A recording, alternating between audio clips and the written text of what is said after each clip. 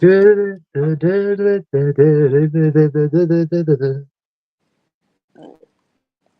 is the weird thing about like lives is I've got the background thing up, and you never know if it's live or not until it happens on the computer. But I know the computer in the shed's delayed, especially compared to the phone.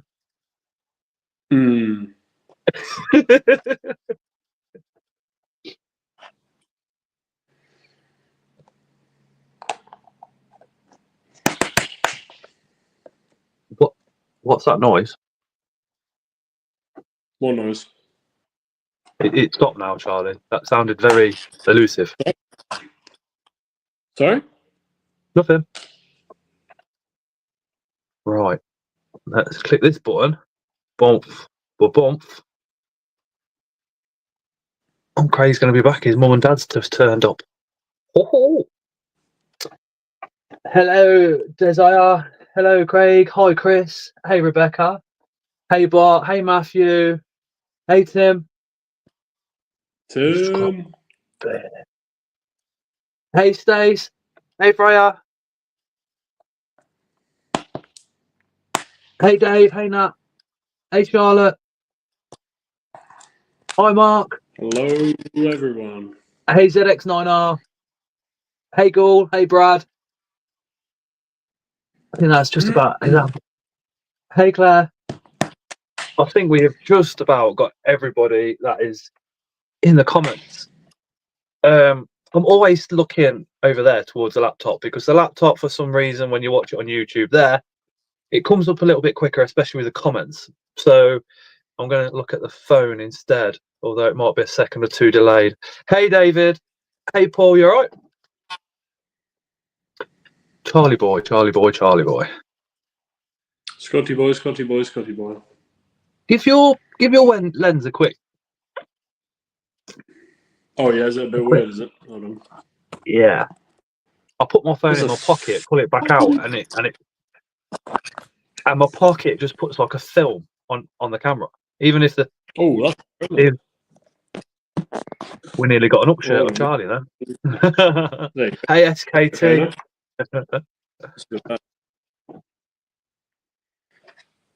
So for anybody that don't know who Charlie is, where have you been? Now, my experience of the hobby is it was all a little bit up and down. There's some nice people in the hobby, and there was a bit of drama and stuff like this. And this is like 5-6 years ago. And Charlie came into the hobby, what, about 5 years ago? Yeah, about that. And there seemed to be an influx of literally the most beautiful people appearing in the hobby around that time, for me anyway. Most definitely. And Charlie is literally one of the nicest, one of the most beautiful men you'll ever have contact with in your whole lives. Sometimes you can find him on the Micro Exotics table. Sometimes he's got his own table at the shows as 8-legged emporium. 1 second, sorry. Well travelled.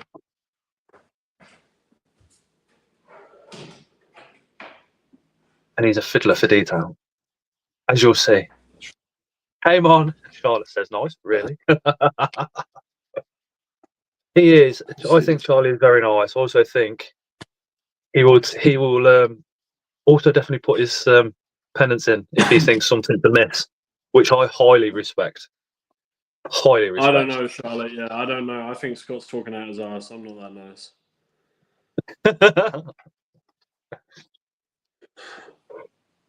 So, Charlie, I know we've had a couple of live streams together in the past. Yes. But for anybody that's new, you know, who are you? What do you do? How did you get into spiders? Well, I was working in Thailand for a little bit, working with snakes, in particularly cobras, and I had a pet scorpion while I was in the forest there. And after I came back from Thailand, I really wanted another scorpion. So I got one from Venomous Visions, actually. Made a little nice setup for it. Well, I thought it was nice at the time. Thanks, now I think about it, wasn't that nice, but and then after that I decided I always thought tarantulas were stupid pets, but then after that I got 3 little slings, which I think I have one of them here still. My first ever slings, and after that, it sort of escalated from there very quickly. I got mystery boxes from Spider Shop. I got all sorts. So yeah, that's sort of how it started for me. And then tried my hand at breeding about 2 or 3 years later, and did okay actually on my first time. And yeah, bred a fair bit since then. Not a crazy amount, but a few different species, and hopefully more to add to that this year. I think one of the things that stands out for me anyway with you and your hobby is, one, your determination to get exactly the spider that you're after and to make sure it's that spider, that species, and it's all correctly labeled and you've got all the details, and the research that you do on every spider, hey Anton, absolutely blows me away, to the point where, you know, there's certain species where I've come to you in the past and said, got any advice for this, Charlie? Do you know what I mean? Your research is literally another level, an absolute another level. I try, yeah. I think most of that I can accredit to a lot of good people around me in the hobby. I'm very fortunate to be in touch with some really good people that have been around a very long time. Luke being one of them, for example. So I try to leech as much information off them as well as I can, as well as doing my own research. Mostly, I try to look at how they are in nature and try and replicate however I'd see their natural environment to be. I think when you do your research, I think asking other people is doing your own research. Yeah, for sure. Yeah. Oh no, absolutely. I mean, a lot of people go, "Oh yeah, but you haven't researched it yourself. You just asked so and so." But that is a whole part of researching, is to ask other people about that particular species and get their ideas, as well as whatever else you've read, and kind of collaborate it all together. Definitely. Yeah, there's a lot of times people ask me about certain New World species, and I just say I've never kept them or never looked into them, so I can't really answer that. Mostly I keep old world species now, and certainly, actually, I breed a lot of. Well, actually, I keep a lot of dwarfs, a lot of New World dwarfs, but yeah, not really so much American stuff and South American stuff. So someone asked me about panther beeters. You're definitely not worth asking me about any panther beeters or anything like that. No, but you go to Africa, and then your knowledge just goes. Yeah, I know a little bit about some African stuff and Indian stuff, and yeah. Every day is a school day. We all learn every day, says Tim. Yeah. I'm exactly, yeah, Tim's spot on. I'm learning loads still about all the spiders I keep, even the ones I've been keeping for a long time, and even the African stuff that I've been keeping for a long time. I learn every day. Baboon King is the only one, isn't it, Charlie? Yeah, Charlie is the original Baboon King. I mean, I got a question the other day about camel spiders, and yeah, I could have just Googled the answer, but no, I literally just turned around and said, look, I have not got enough experience with them.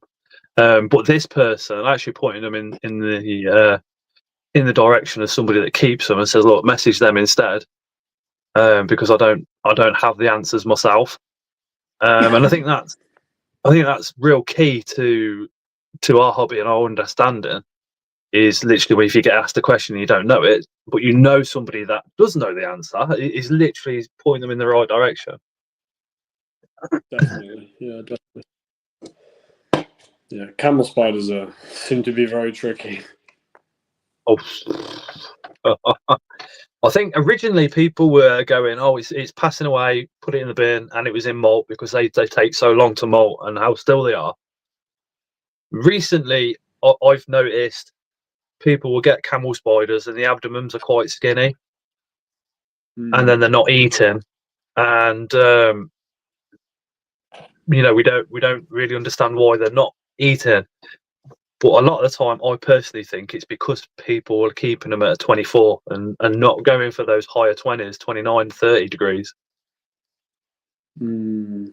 And then obviously dropping the temperature at night time. But again, I don't know enough about the temperatures or anything because I haven't got any here. Yeah, that sounds tricky to me. Getting that high temperature.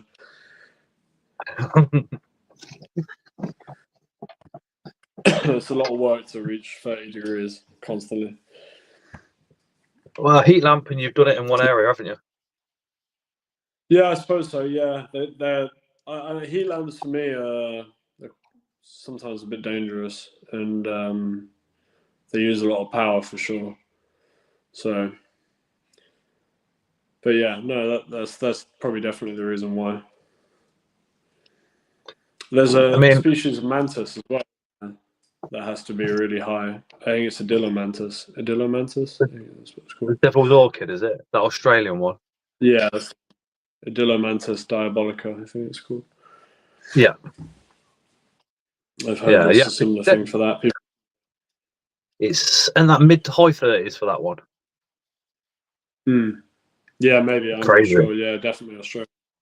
Yeah, it's crazy. It's just HDMC. beautiful. It Beautiful. just seems like completely bizarre for us as humans that an insect would want to go and spend its time in 37, 38 degree heat and not look for a cooler area to go and chill out in. Yeah. But Yeah. they are set up completely different, and I suppose I'm putting human emotions onto them. Charlie boy, where did Yes. you and Adam meet? Me and Adam. Because because obviously you and Micro Exotics have literally got a long history, real good friends. Definitely, yeah. You work a lot of his shows. I mean, he's easy. He's an easy guy to kind of fall in love with, isn't he? Yeah, definitely. And the more you get to know him, the more of a character he is. I think we started. So actually, I guess synonymous with the scorpion as well. I also brought isopods from him. So my first inverts were from him slash venomous visions because I got isopods for the enclosure, and I think after that, I think we were just talking casually about inverts and all that stuff, and I was buying from him and stuff, and he mentioned it was his birthday one day, and he was also buying. I think he was buying back some pink dragon millipedes from me because I produced them really well, and I sent him a versicolor as well for a birthday present. As a gift that I brought from the show, and because he mentioned that he only used to keep avicularia and carabiner and stuff like that, and I think the following year he mentioned that he was actually going to do a show, and I said, "Oh, well, if you need a hand, let me know." And yeah, the rest is history from there, really. I think you I don't keep. rode to that show. Sorry. Go on, sorry, I interrupted you. I was going to say I rode to that show when I had my Harley. I rode to that show and it was like 1 degree or something ridiculous. It was super cold. It was 3.5 hours away. So I did like 7 hours journey to get to that show. It was crazy, there and back. On a motorbike. Yeah, it was rough. In freezing conditions. Yeah, it was quite crazy. But good. You were about to ask if I keep isopods now, weren't you? Yeah, I was literally just going to talk about the isopods and if you still keep them or if it's just purely spiders nowadays. So I used to keep a lot of isopods, as you know. So when I was in my first house, I used to keep a lot of isopods. I must have had a lot. I had about 30 30 odd species, 35 species, some really nice ones. Like I used to have Isopoda white skull, the really spiky black and white ones. But when I moved, no, just before I moved from that house, I sold most of my isopods because I wanted to just focus on tarantulas. Hey, I wanted Spartan. to really focus on the breeding and stuff. So yeah, I sold all my isopods after that, and then I moved to the house where you've seen the room, the shed that I had converted. So yeah, then I didn't have any then, and I still don't have any now. I've got significantly less spiders than I had when I did that room tour on my YouTube.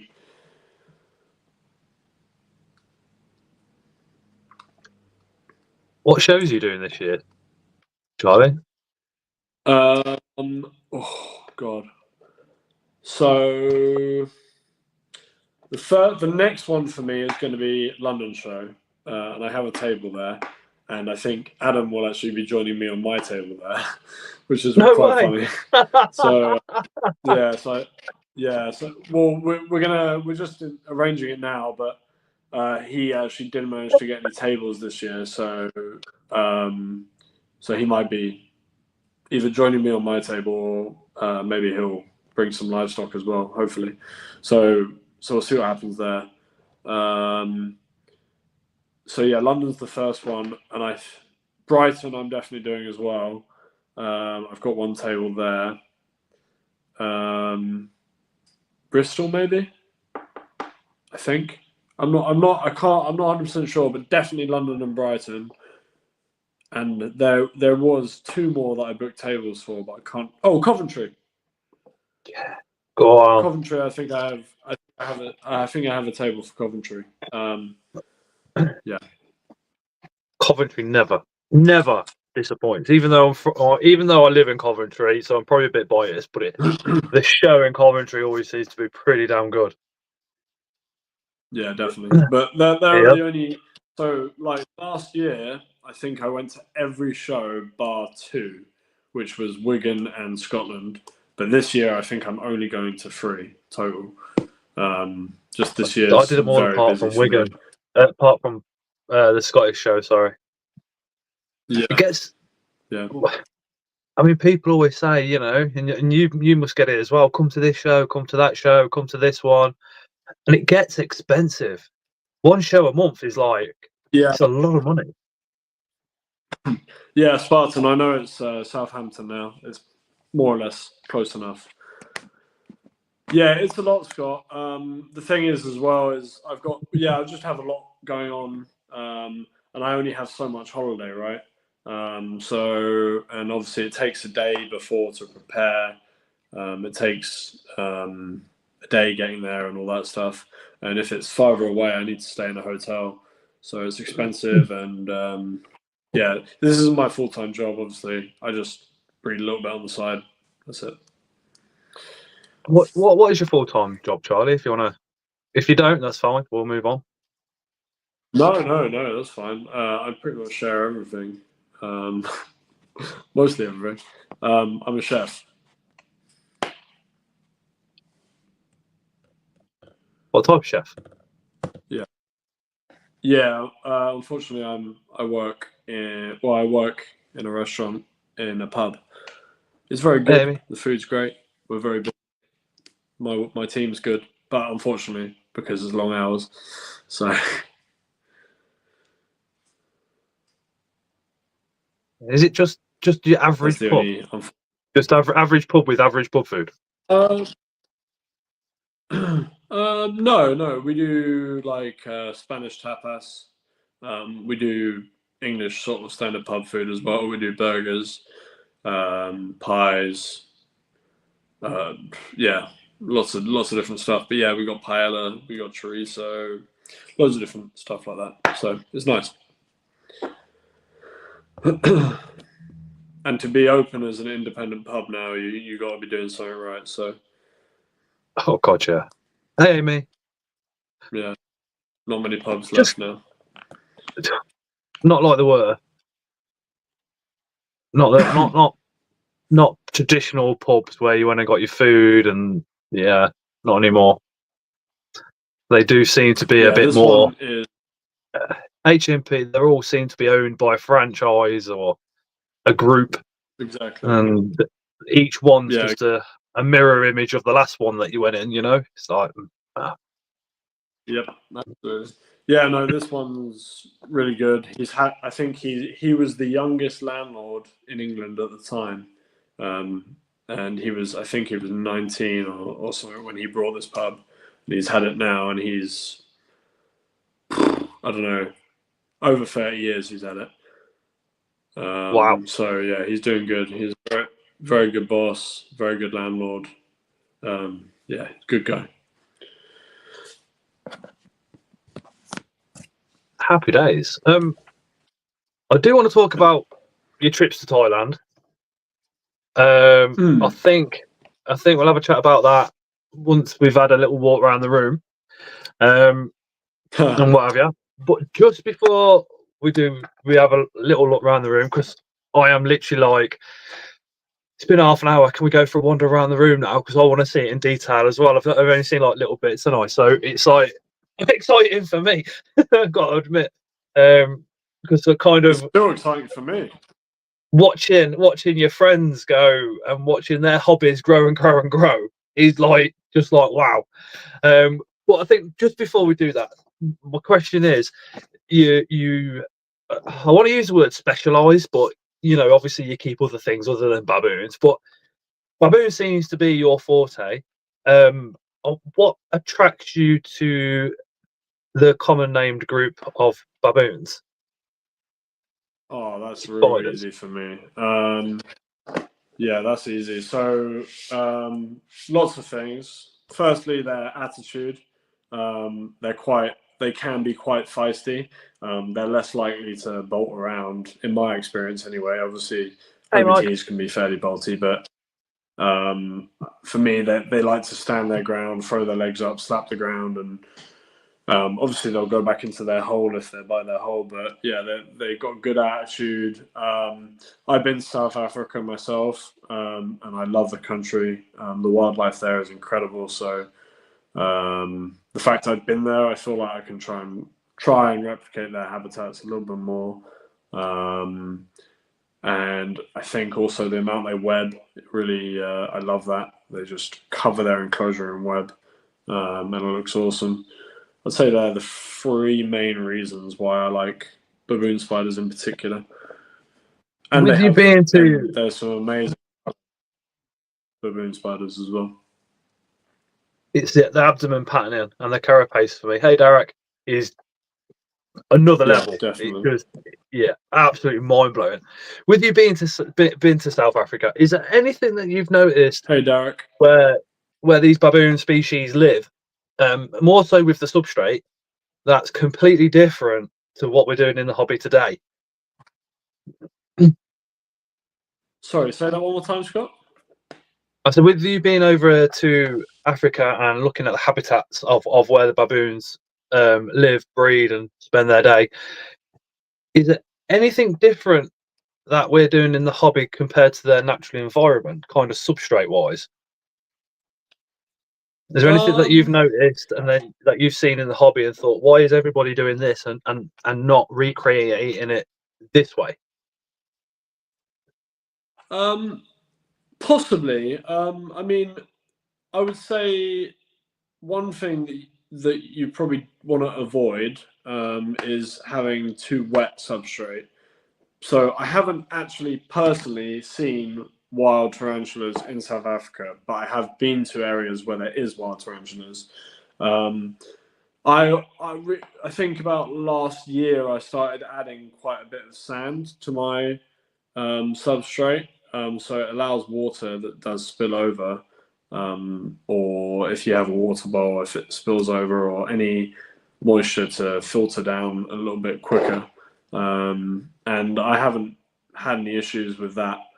And also, the other thing is if you do have baboon tarantulas that you have paired and you do want to up the humidity a little bit and you do end up spraying them down, it does filter down a little bit quicker, and it looks nice as well. I'll try and show some examples of that. A lot of my enclosures now are very webbed over, but previously I did have some. Oh, actually, no. I can see one from here, actually, in the reflection. I'll show you. So I think one of the things I've seen on a lot of the not a lot of the documentaries, on a couple of documentaries, OBTs living in a burrow are like on the side of a structure. So like on the side of an embankment. Sorry to interrupt a second. I'm just because I can see my girlfriend watching the stream over there. How is my picture quality? Is it okay? Is it stuttering? Because it looks like it's a. Oh no, maybe it's okay actually. Just for everyone in the chat. Tiny bit. What I do in the shed is just go off my phone's internet now, instead of hooking up to the Wi-Fi, because that. Yeah, I unfortunately. My issue is I can't quite reach the Wi-Fi from here yet, but I need a booster. I bought separate internet for in here, but it's so complicated to set up for a phone. It's mind blowing. It was very, very cheap, so I think I'm gonna have to go for a different setup. Okay, I think I'm alright. I can see myself moving around. Seems okay. Alright, don't think it's too bad, but yeah. So what were you saying? OBTs on the side of structures? Yeah, on the side of structure, like embankments, like literally embankments like this, and then burrowing into the side with the webbing coming out. That, to me, looks really interesting. Plus, people have said when they've been to South Africa, specifically looking for something like an OBT, they've been at the base of bushes, but then they've also been living arboreally, where they've webbed the bush up to create like almost like an above ground burrow, if you like, which I find really, really interesting. Yeah, I've actually done that with one of my OBTs. Because if you look at something like a cran kraken, they'll burrow. You look at a king baboon, they'll burrow. You look at a pokey, they tend to go up. OBT literally just seems to make the best of whatever environment it's in. I do spot, and it's doing all right. Video coming out soon on the Oreo. All right, I'm gonna start a new trend. Okay, this year. So it's actually not a trend, but I'm gonna teach people how to say Ken Krachan and not Kayen Kraken, because I've never heard anyone, being someone who has been to Thailand and been to Ken Krachan, not Kayen Kraken. It is pronounced Ken Krachan. Although it's not really fair of me. It's not really fair of me to say that, I guess, because it's a place in Thailand. But I've never heard anyone, including the native people, say Kayen Kraken. It's definitely Ken Krachan. But to be fair, though, we should be pronouncing the areas because that's the national park it comes from, exactly how the natives would pronounce it. So I think that information is absolutely priceless. I mean, going back to Spartan, I'm doing an Oreo book because they're actually the Chinese hourglass spider. I think it was TSS that named them the Oreo, but I'm actually going to do a video on those very soon. So I was sending Ling like messages of the areas, and she's coming back with voice notes like, no, you say it like this.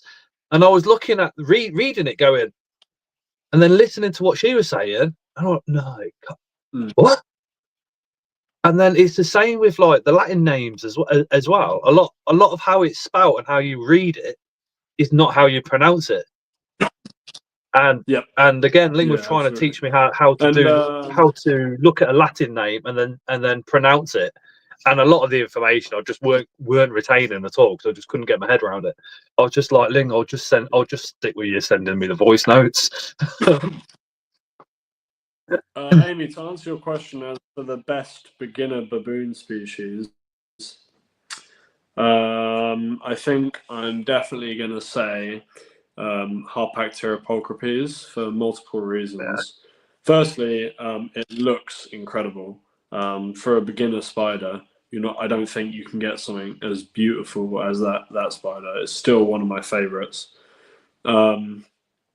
It's not crazy fast. There's definitely a lot faster spiders. It webs a lot. It's a great eater. You don't need to mist it. They're just super hardy. Very easy going. Yeah, definitely for me the best beginner. They do have a potent venom, but I mean, you're not going to be handling it. You shouldn't be handling it. So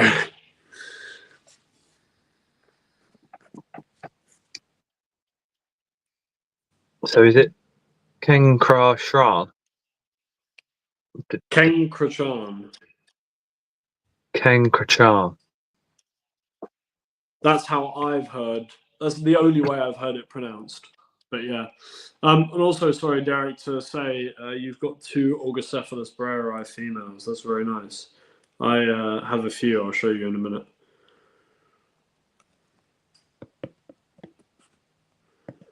What do I think about, or what do you think got a real nice collection. Yeah, it sounds like it. I don't know who that is, actually. I don't think I've met him before. What do you think about Calamata signata big tooth spider? I think that's another common name natives are not going to use. Yeah, I'm not sure how much I've looked into it, but from what I can see, it doesn't look like their fangs are overly bigger than any other spider, really. I think it's like when a seller looks at something, common names are just made up, so it makes not a lot of difference when you're looking at common names. But something like the Oreo butt is common name is the Chinese hourglass, the money hourglass, the money spider, or the hourglass spider. It was never known as an Oreo butt until it come to the UK. And you'll find that with quite a few of the different species, and a lot of the time, it is literally just to give that spider a more English appealing name, if you like. So, what an Oreo butt does is makes people think of Oreos, and then suddenly they're like, "Oh yeah, look, and then you go buy it. So you do have to tread carefully when it comes to a lot of the common names, and just again research again. I find it. I never used to find it frustrating, but now the deeper I'm into the hobby, I do find it very frustrating because one, when I'm saying Krang Kraken and it's incorrect, if anybody is Thai or speaks Thai, I'm now going to feel like I'm insulting them because it's not correct. But if a spider's got a common name, right? Let's say Charlie lived in France and there's let's say there's a French tarantula and it's called species Charlie. If we bring it here and go, oh, it's species Dave, Charlie's going to be really offended by that and go, what do you mean? It's species Charlie. That's how it is. And I think it's quite insulting to change even common names when we bring them into the hobby. No. Yeah, I mean, that was just a little, like, I don't actually care. I've heard it for so long and I've never said anything, but I just thought I would say something about it. He's backpedaling now. He's backpedaling now. He started off going, I'm going to try and change the hobby. And now he's going, I'm not bothered. No, the thing is, right, I've fought it for a while, hey, Mike. but I don't actually care. I don't want to be one of those dicks that, we're not past 9 o'clock yet, but I don't want to be one of those people that like tries to correct people on scientific names or anything like that. Like, but as I was going to go there this year, I was near King Krachan, so I figured I would. I think just before we'll move on to this question, and then we'll go for a look around Charlie's room. But when it comes to pronunciation of Latin names, Andrew Smith said, right, it's pronounced however you pronounce it, as long as the other person knows what spider you're talking about, and that's good enough for me. Yeah, very true. Yeah. Also, Derek, if you message me on my Instagram, Amy, it's doing Emporium, brilliant. I will almost definitely have whichever dark color forms you're looking for. Probably. So yeah, if you message me, Derek, maybe if you are looking for them, then maybe we can sort that out. Do you want me to send Derek your Facebook details? Might be easier. Yeah, sure. Facebook Yeah. or yeah. All Or right. Instagram, Remind me whatever. remind me when this. Derek, drop me a PM on Facebook, and I'll do that. Hey Phil, and I'll do that as soon as the stream Hey ends. Phil. Just before we go for the room tour, Mike says, "Evening guys, ideal setup for an OBT, semi-arboreal or terrestrial with higher sides. Where do you start? What do you do?" I tell you what, instead of just answering that, I will show you how I keep some of mine. Okay. And they are super, super versatile spiders. Like Scott was saying earlier, they can be kept any way, really. If you give them loads of substrate, they might down. If you give them a lot of space up, they'll make room up. There's lots of documented stuff with them in the side of trees 10 foot up and loads of stuff like that. So yeah.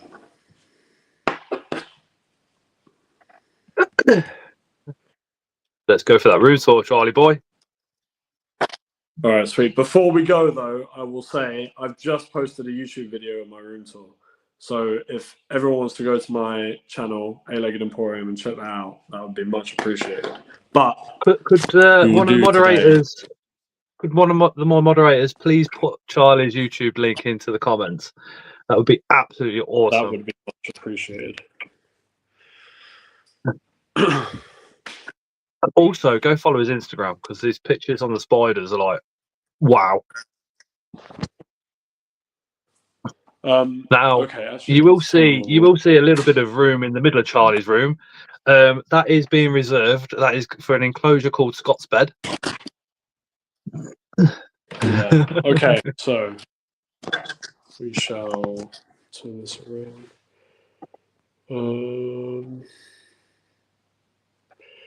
Hey, Link. Oh, no, not that. Link says, "Evening, you gorgeous beast, Mr. G." What's up, Link? Oh, that's my camera off. Sorry, 1 second. Camera. And then we go to. I'm very glad that I annihilated names of spiders pronunciations before Link joined. Hey, Chris.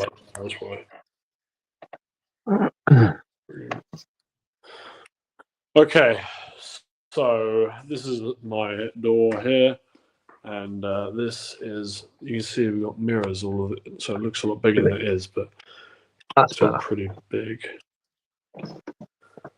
Okay. Bigger than it is. That's huge. That looks confusing. Yeah, I put my table in the middle for now. But yeah, that's where I'm moving into. Middle of that room. Yeah. So I'm going to do some stuff over here with animals that aren't tarantulas, but we'll wait and see for that because I'll make some videos about it. Here I've got a few little plant props. So just I propagated some plants that I already have growing in some water. Wait till they get some roots, and then get them in some nice planted enclosures. We can do some more of that. Here I've got a load of random stuff. So I've got some Harpactira golden black, Heterotheli gabonensis that I bred last year, produced last year. I have some really rare, where are they? Cirrocosmus italiensis. Don't know where that one is. See if I can see it. Oosh, it's quite small. Nope, that one's buried down. There's a mold on top anyway. What lights are above the enclosures? I'll get to them in 1 second, Torby, when I get over to them, and I'll be reminded. There's some. So, Derek, I don't know if you're looking for DCF Kenya. but this is DCF Kenya that I produced this year, or last year even. So if you need them, I've got them. Some little Harpactira caffreyana slings. Oh, sorry, I'm not doing a very good job with the camera here. I've just put Charlie's YouTube channel link in. That's to his latest video. Go subscribe. Thank you very much. Appreciate that. So yeah, that's the first rack. I've got some jumping spiders down here. This one's just birthed, or not birthed rather. The egg sac has just hatched recently, so there is a lot of babies in there. So that's pretty cool. Let's check the comments. Torby, the lights. So these are just, yeah, Derek, I can help you with both of those DCFs, mate. I have both of them in juvenile and slings. So if you need them, I can help you out. Right, so this is my biggest probably setup because it's probably my biggest spider. This is a Pocothera rufilata. These are just plant grow lights. I can, if you PM me, I can get you the exact link to these lights. They're moderately priced. I think they're about 30 to 40 pounds. They're quite nice. They have different settings, blue and red and all that sort. And normally, well, when I brought the first one, you got a remote with it, but now they don't make them with remotes anymore. So you just press this button on the side. Yeah, they're okay. So in here, I've got an adult female regardless. She is paired, but hey, Kevin. Kevin Bigley says, look, 10 out of 10. Oh, what's up, Kev? So I'm just reading the chats.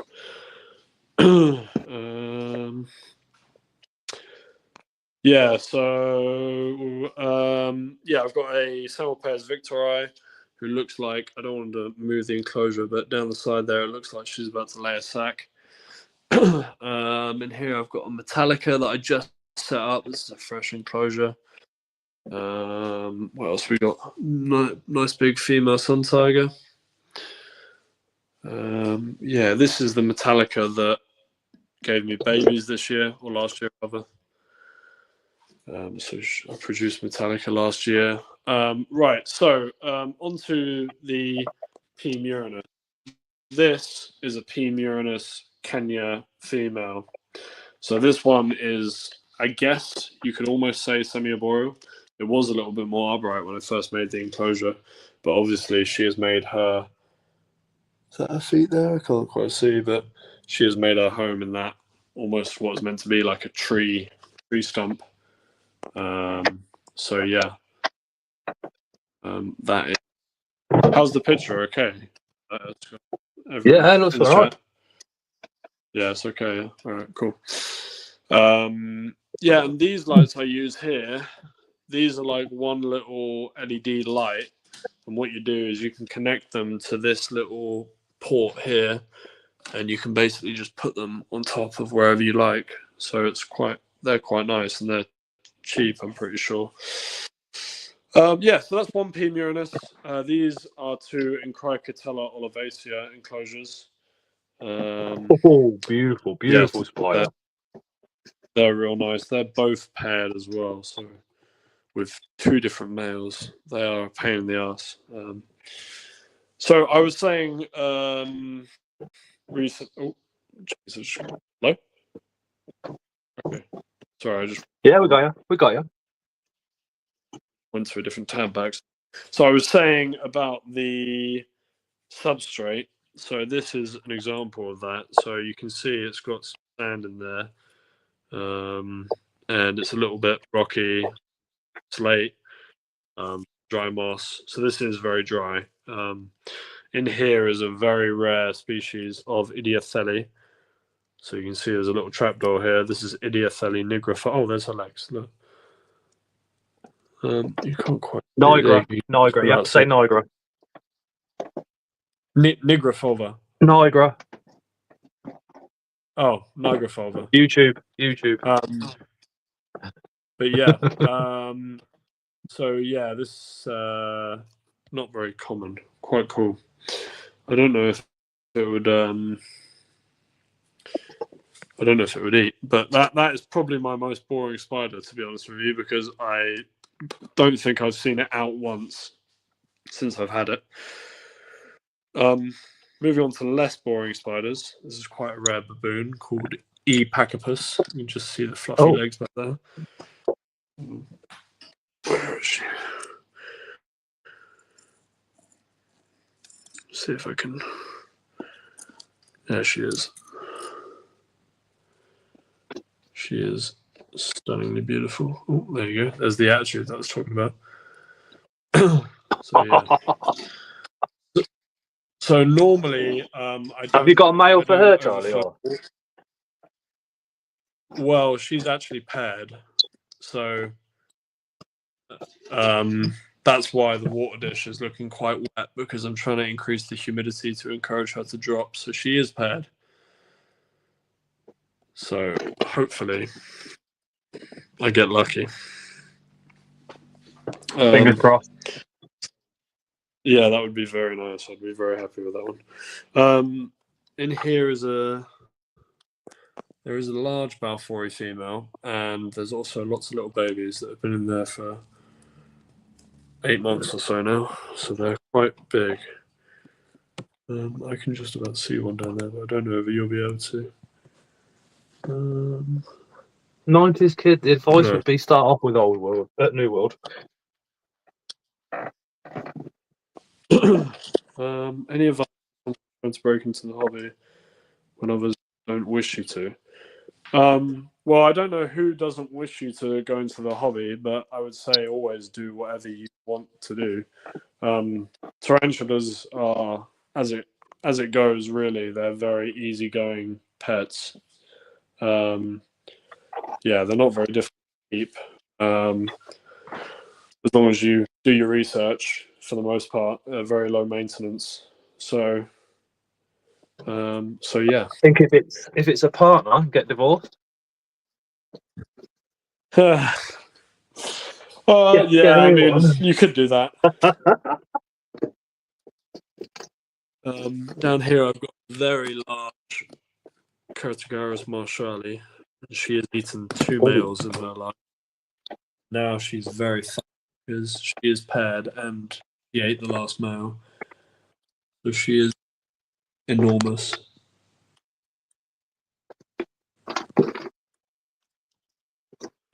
We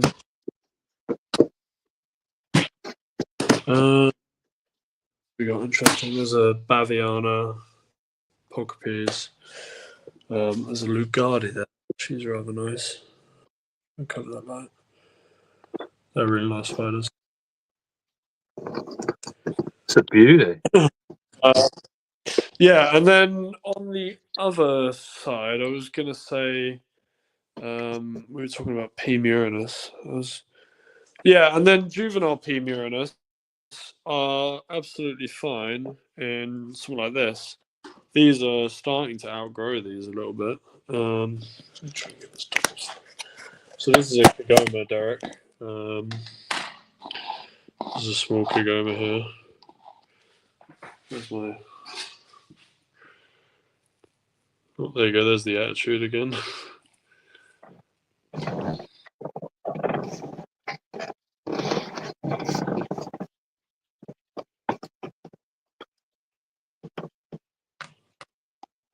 Derek wants to know how many species. Yeah. God. Bart says it'd be easy to ask how many you don't have. Okay, right. We'll try and do this, Derek. And I'm not including the color forms of OBT. So we'll say we got P. murinus,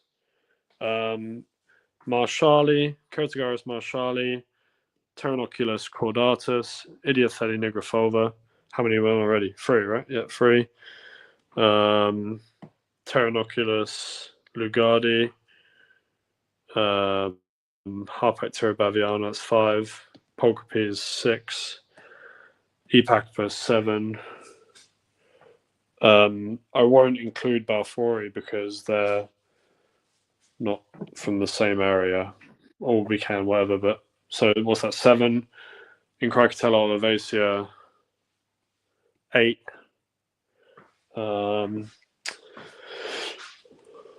I don't think I include Murinus already, so that's 9.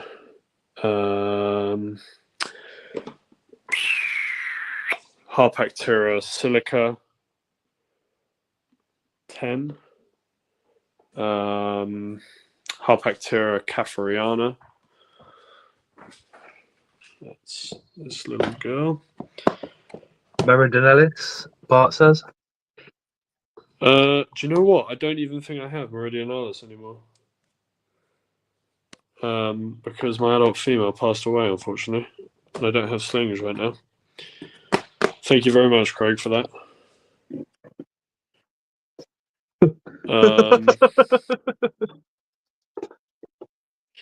Charlie will not be my best friend. Idiothelly mirror, so it's 13, I think. I've got down here Harpactira chrysogaster, so that's 14. Harpactira golden black, 15. E constrictus, which is the same genus as E pachypus. I'm not going to attempt to say their genus name. What else we got? I can't. What other Harpactira do I have? Harpactira tigrina. So what's that? 16, 17? Jeez, something like that. Yes, something. I don't know exactly, but quite a few. Harpactira marxi is another one. Or Harpactirella overdaki, there's another one. Harpactirella magna I have. So that's from anywhere from 16 to 20, I'd say. Oh, Darlingi, there's another one. Keratogyrus brachycephalus. So yeah, easily there's a female brachycephalus in here. She might be wanting to eat, actually. See if she wants to play ball. She's quite fat, actually, so maybe not. Oh, she's quite large. She looks like she might be in primo. Let's try out on a wax one. Whoosh. These are one of my favourite Keratogyrus for sure. They're really nice. Look at my thumbs. Whoosh.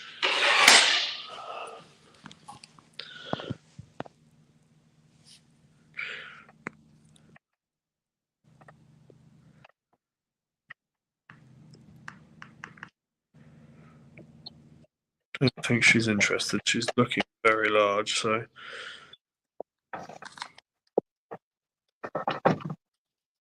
Very large.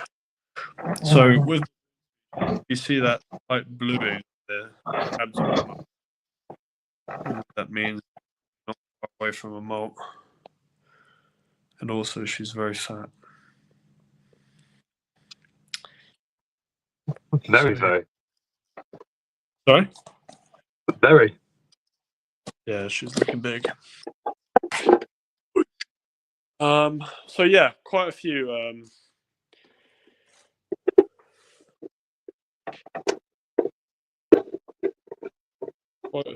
Derek. I haven't met this Derek before, which is quite surprising. Or heard of him. Normally people but I do keep here you go, this is a nice spider. This is a really nice spider.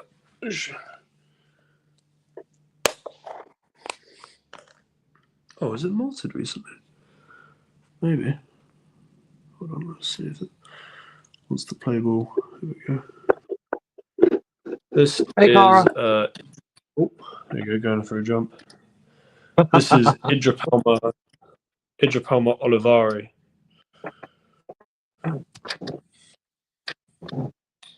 Doesn't like my hand right now though. There you go.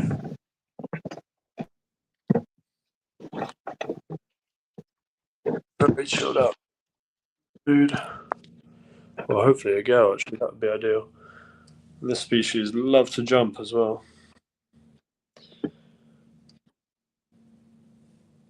If it wants to go back in now. Probably not. There you go. Very pretty. One of my few new worlds. This was a gift from Adam, actually.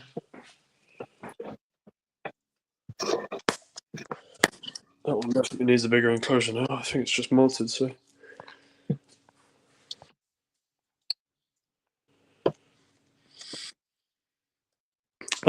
Yeah, is there any other spiders that you guys want to see, or Derek, if there's any that you want to see? There is. I can't. Unfortunately, the light's off at the moment. But I've got a. There's a lovely little white tree frog there.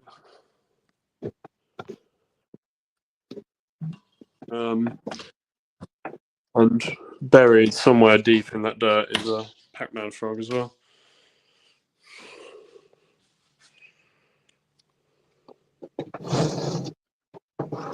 We'll be in touch, Kevin, very soon because I need to order a lot of stuff. So, and also, I think you owe me a female, Kev, but I think we can negotiate on that one.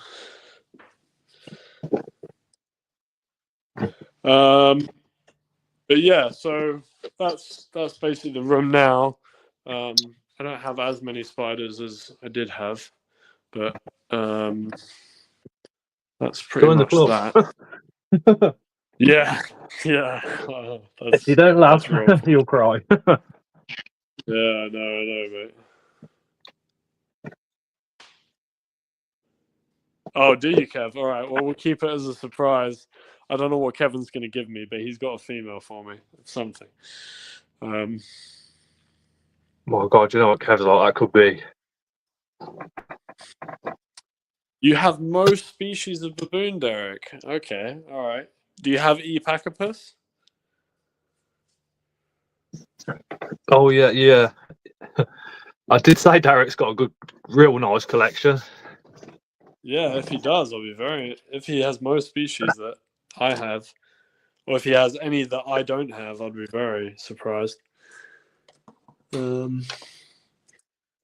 is a rather nice one, although it's not showing its adult colors yet. This is. Let me get it off.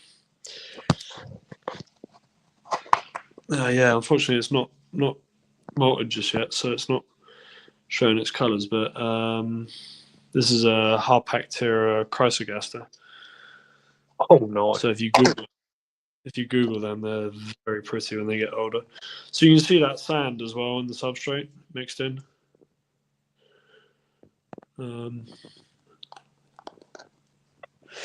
But yeah, they're growing on. I got a tray of them here. Oh wow. Yeah, I got a few of them. I'm waiting for Derek to reply. This is a lovely sized little Harpactira. Well, not very little anymore. This is a Harpactira golden black juvenile. Let's crack the lid because otherwise the light is not on it.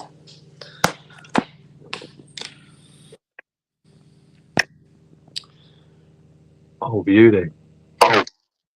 So yeah, that's going to be really nice when it gets a bit bigger.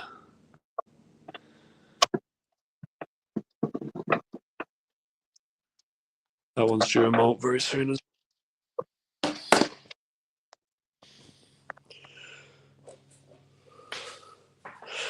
well. Cereocosmos. Someone's mentioning Cereocosmos elegans. I've got a really nice Cereocosmos here, actually. Hold on. This is a Cereocosmos Paris Millsii. That's an understatement, Craig. Oh yeah.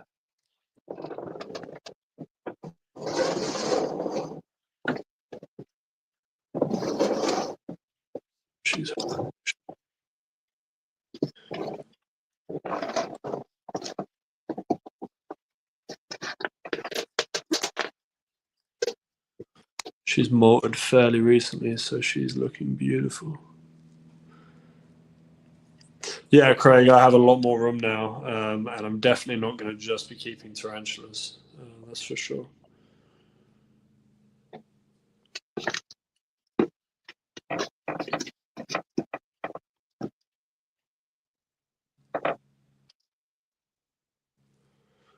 Yeah, typical. She's being annoying, but yeah, very nice spider, that one.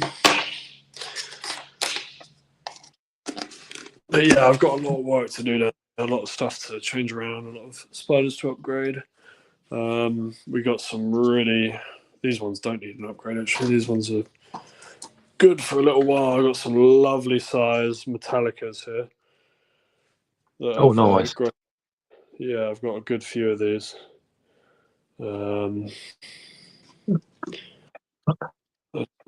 Nice amount of them. So these will be sexable at this size now. These are all Metallicas here. That breeding project for males, or? Well, I'm going to get females from these, and I might hold 2 back. And I will need a male as well for my females. So, oh, look who's out! This is a little T. Caledonia. Let's check this one out. This one's I've had for a little bit as well. Let me be super careful with this one. Because this is a super valuable spider.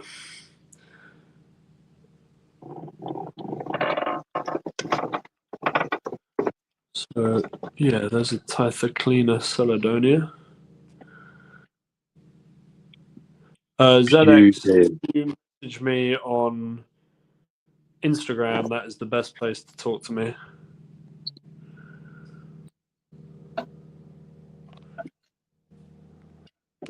Sorry about the camera work, it's very shoddy. Yeah. So, yeah. I've had this one a little while now. Get up the lid there. So people who over worry about keeping this species, I've had a few now, and I haven't lost one yet to it dying. But this is very simple. The only thing I do more with this species is more holes in the pots. So there's quite a lot in the lid. So just to make sure there's no stale or stagnant air. There you go. It's going back to its trapdoor now. Oh, Derek said, if you could only keep one species, what would it be? Oh God, one species. ZX9R. I don't know if you just got me, but my Instagram is 8_legged_emporium. If someone could link that, that'd be much appreciated. One species. Do you know what? It might be this one. It might be the Packapus, because I mean, it's just so fucking. Wait, what time is it? It's it's 9 well o'clock. past 9 p.m. You can swear now, dude. Yeah, it's so fucking cool. I mean, hey Danielle. Just those legs are just insane. Gorgeous.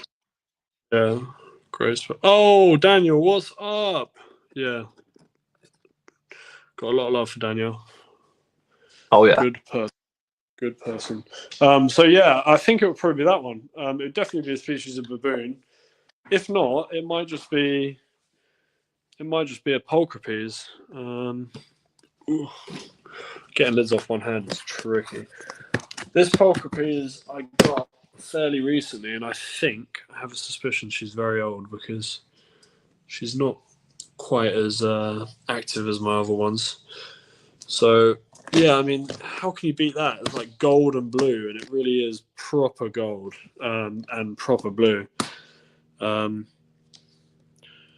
you very much, Derek. These are how I keep my other pulchripes. So I have 2 adult females in here, and they've both produced for me in these. there's an absolute massive web. And her, oh, there she is right there. She's eating right now. These enclosures are great because they have very high ventilation, so they never build up any humidity. This is a girl I'm very much hoping she produces this year, because she is paired. This is a Harpactira nemoquensis. I know you have one of these, Scott, I think. Oh, I do. Yeah, let's see if she's hungry. She looks fat, but she's paired, so I'm hoping some of that is eggs.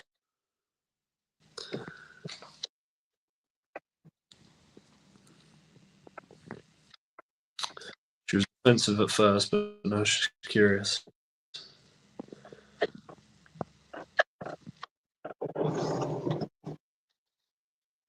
Finally, a spider that wants.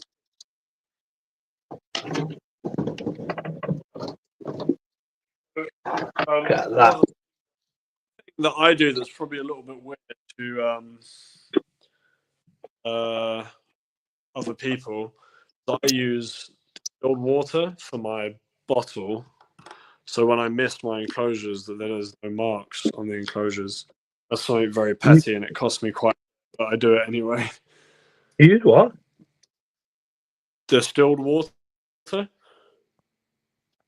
What, RO? RO, yeah.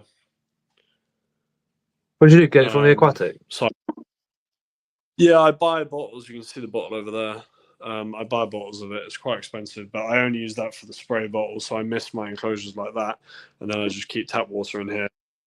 So, anyone wondering what to do when you're breeding Harpactira, I always try and increase the humidity, the substrate, the bottom, so I'll water in the corner to bring the humidity up. Sorry, 1 second. I just got an important message.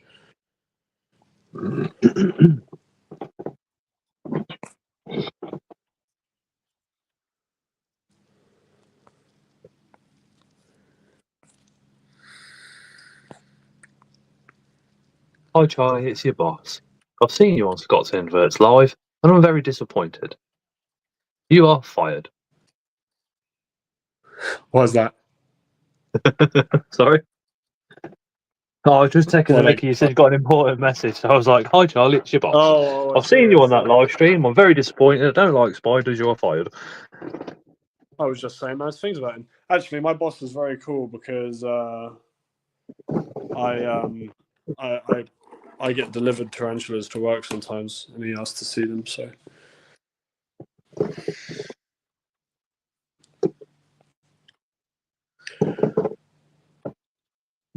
Oh, do you, Danielle? Yeah, these are great.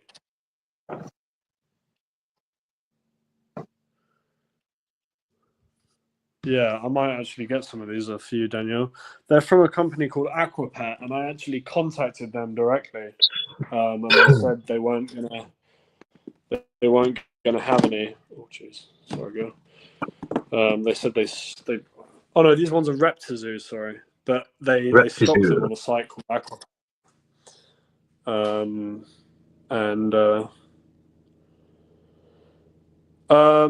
But I have an MMC Marshali. Where is he? Somewhere. Oh, here he is. He's behind her. There he is. He's a great size as well. But yeah, I think he has a date already. But if not, I can sort you out with that. So yeah. Yeah. What? Oh shit. Don't know if there's anything else crazy. I got some more Packpus slings in here. Some little bows. So these will all be getting grown on for males because they mature very, very small.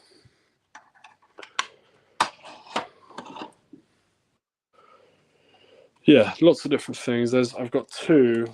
Unfortunately, I've got two mature male Harpactira tigrina here from Danielle actually. Yeah, Yeah, but no female for them, unfortunately. And no one seems to have a female for them. Sorry, I'm just leaving you. No, Cara.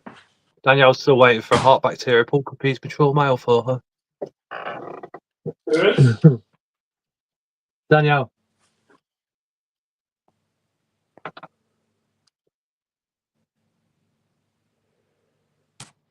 Oh, did I say I was going to give you one of them? I don't have one actually, even myself. Did I have a? It might have got eaten.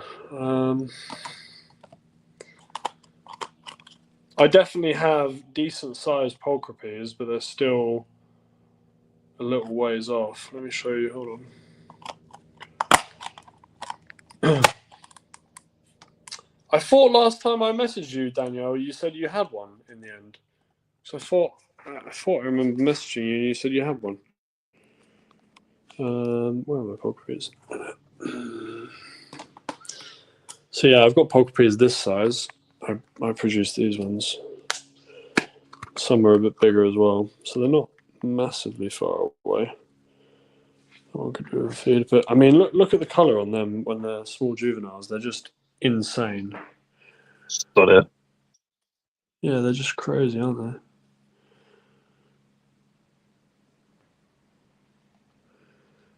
Can't beat it. Let's get smashed that wax worm yet. This one's molted recently as well.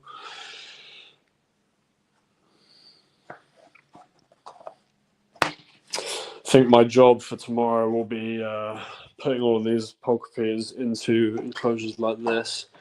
It's a little bit too much space for them, but then I don't need to.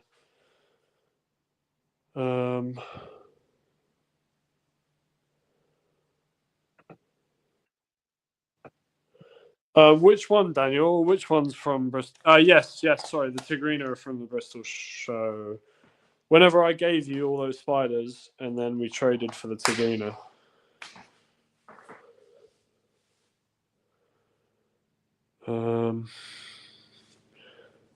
No, I was after females, but I thought they might be males, but I risked it anyway. But it's cool, man. I'm not fussed at all. They're really cool spiders. I have some a really good sized Tigrinas, but they're just a little bit far off. So let me show you the size of these. So this is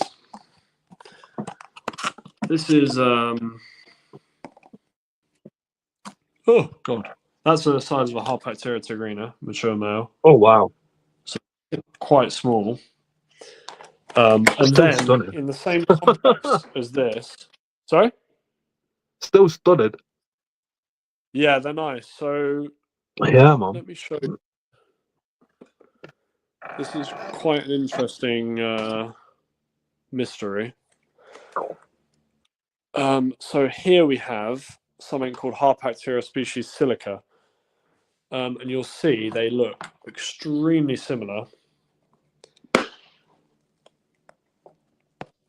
Oh, there she is. Oh wow. So she is lovely. And like I said, She paired as well, Charlie? Or? She's not. No. So there's that one. Oh, it's drinking right now. So but you can see how similar they look. Yeah. In colour and everything. Now people are saying that these are the same spiders, but due to the fact they came in the hobby as silica, I refuse to pair them.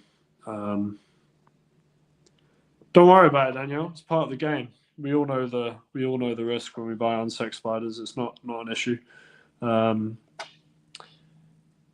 It's all good. I'm just glad to have them. So yeah, let's give this one a little meal as well. So yeah, we're not. There's no evidence been given that they are different spiders or the same spiders, but they're beautiful for sure. Go on, I dropped it underneath you, you silly. I have a slightly bigger female of this species as well.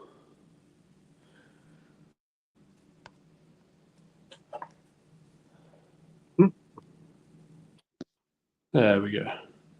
Oh, She is probably my most insane Harpacteria. Actually, she's super crazy. Even the person who sold her to me said she was mental. And I can show you. I've got one more, and may I preface that this is not a suitable enclosure, but she was sold to me in this, and she was about to molt, and she has just molted. So there she is. So yeah, very pretty spider. She's super fresh, eating right now. But yeah, she'll be getting rehoused tomorrow for sure.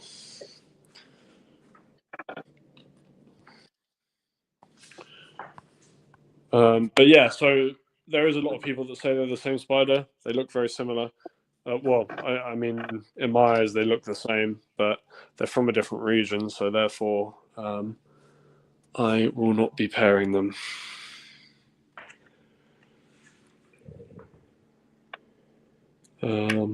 Yeah, so that's pretty cool.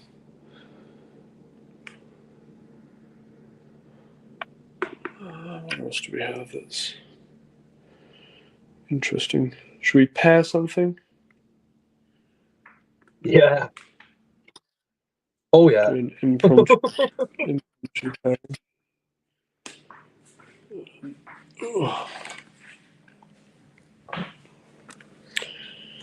All right, I'm going to be very silly and probably use my hands for most of this, so I don't recommend doing that. Got any curly hairs, mate? I have one female curly hair that I got from a collection. Make sure this is the right female.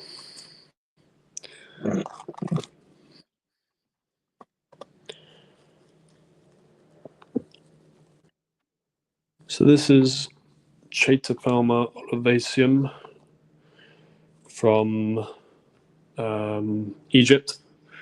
They also exist in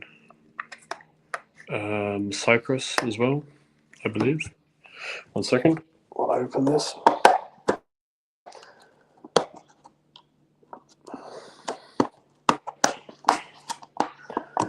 So the males are very dimorphic.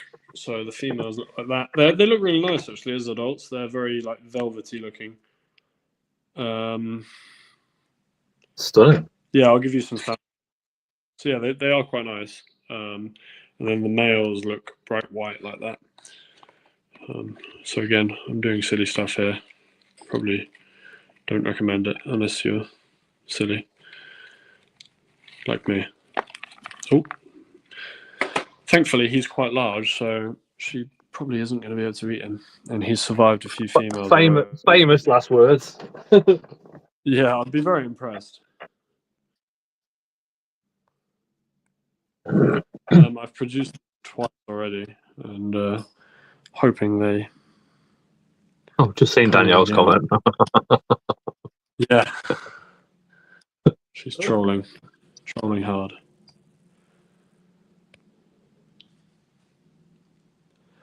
This is going to be so boring, so I'm going to leave them to it for a minute. I can show that on my desk. Anything you want to see, Scotty? I don't really think I've got anything else to show now. I think we're pretty much wrapped up.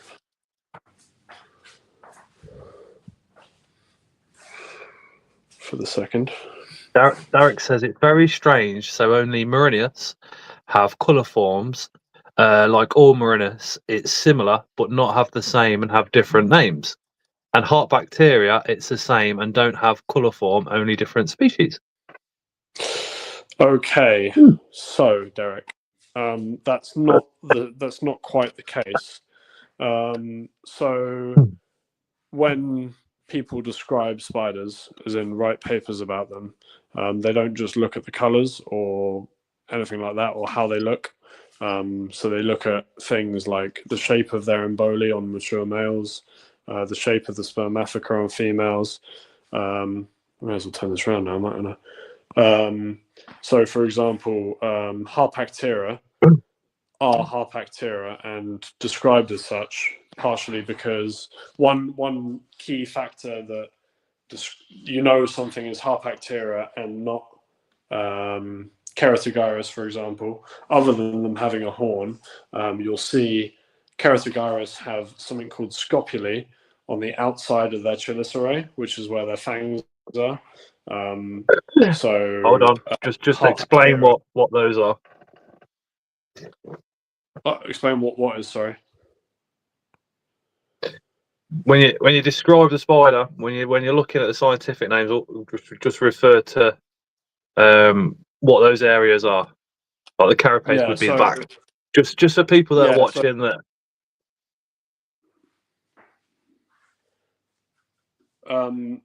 So the scopulae are something, they're like hairs on the area where the fangs sit on the spider. So the fangs sit inside the chelicerae, basically. I guess that's the best way to describe it. Let's go with that, yeah. And the hairs at the base of the fangs. Sorry? The hairs at the base of the fangs. Yes, exactly. So scopulae are basically hairs that sit on the side of the chelicerae, almost like a brush, almost looks like a toothbrush. But Harpactira are the only species of baboon which have it on the outside of the scopulae and the middle of the scopulae. I could show photos, but I don't know if I'm going to be able to bring photos up. I've got some good photos of it. So when you're describing, or if someone gives you a spider, are they on your from Instagram? South Africa, I don't know if I have it. I'll check in a second. I might have that photo on my Instagram. Yeah, but so like you were saying, how P. murinus have different color forms and stuff. P. murinus have the scopulae, but not on the inside of the chelicerae. And the reason why they're one species with different color forms is because they have, or so far, scientists haven't found differences between the individuals of different color forms other than their color. So a color is not enough to put a spider into a new species alone. There needs to be more characteristics.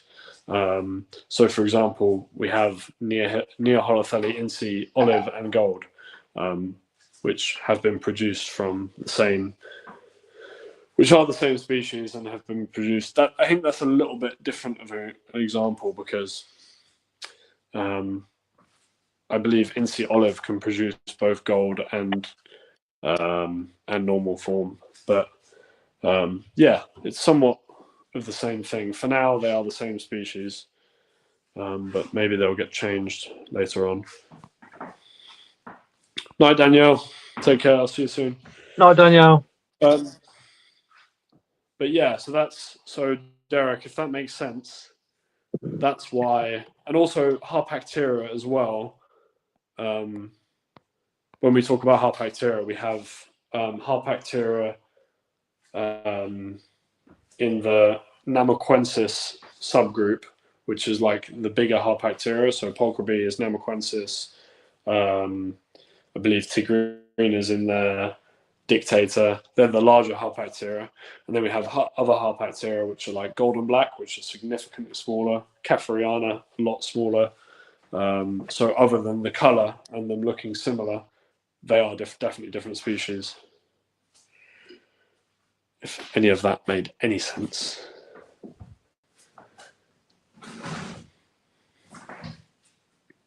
I think this is why it's really important to have sellers that know what they're looking at when it comes to selling you individual spiders. Definitely important, because it's very, I must say, it's very difficult with the P. murinus color forms, because even, I'm not going to say even me, because I don't really, P. murinus color forms annoy me a little bit, and I don't actually keep too many of them, because they're just like, I know Kevin says he can tell the difference between RCF and UMV, but I think it's a little bit hit and miss. And I definitely can't tell the difference. And it's the same with some of the other dark color forms as well. They can be a little bit tricky to tell the difference.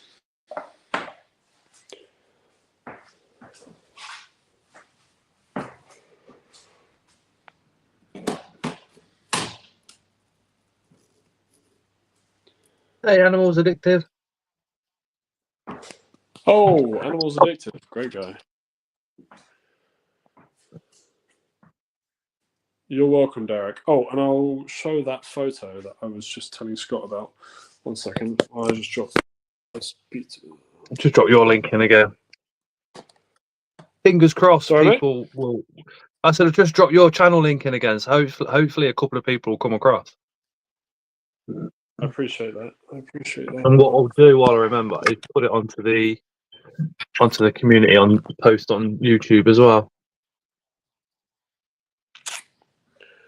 Let me find a photo. So, can you share this on your stream? Can you? If I find a photo. If you hold it up to the camera, probably the easiest way. Okay. That might work. If you send it me beforehand next time, then we're away. Okay, cool.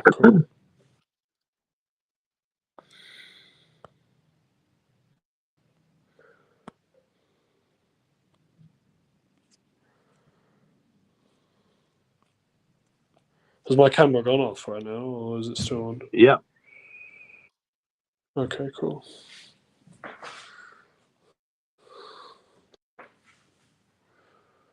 This is quite a clear example.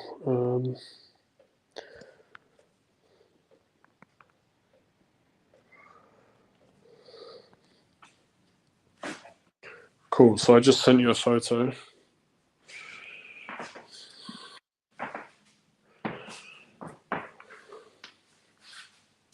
Oh, I sent you one of my posts on Instagram, rather. Oh, it's on Insta. Yeah. It's Alice, not Chris, by the way, on Animals Addictive. Okay. Hey, What's Alice. up, Alice?